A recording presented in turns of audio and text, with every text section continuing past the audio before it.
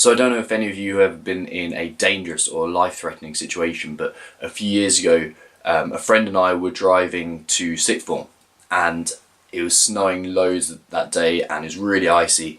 And as we're coming up to the top of this hill, there was a corner, and just before that corner, there was a truck, and it was just spinning its wheels. It was really slowly making progress up the hill, but obviously we took that little step back, stayed a bit further back than we normally would, and at that point this black BMW spun around the corner almost backwards, completely out of control obviously, smashed into the verge, flipped onto its roof, spun round 3 or 4 times, and then crashed into the truck in front of us, and then went between us and the truck. So obviously if we'd been a bit closer it wouldn't have been great, but the point is that at that moment, you hear it quite a lot, but time slowed down.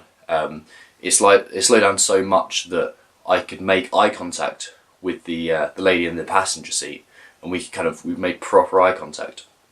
And what had actually happened is I'd just become present, and I was in the moment.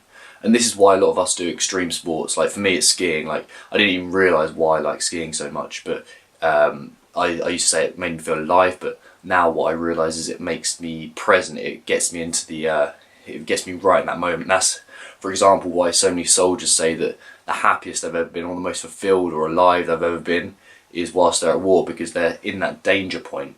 And most people are actually focusing either on the past or the future, and this is where I think a lot of unhappiness comes from, and a lot of unfulfillment, because you're either constantly thinking, oh, I'm disappointed about what happened before, I wish this had gone another way, or you're thinking in the future, I want my life to be like this, but you're never actually focusing on that moment, and that moment right now is all we've got. That's all we can change right here, right now.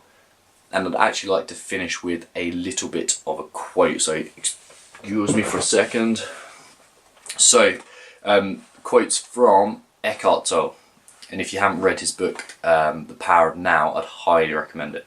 So, all negativity is caused by an accumulation of psychological time and the denial of present.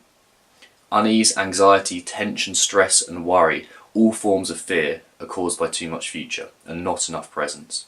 Guilt, regret, resentment, grievances, sadness, bitterness and all forms of non-forgiveness are caused by too much past and not enough presence.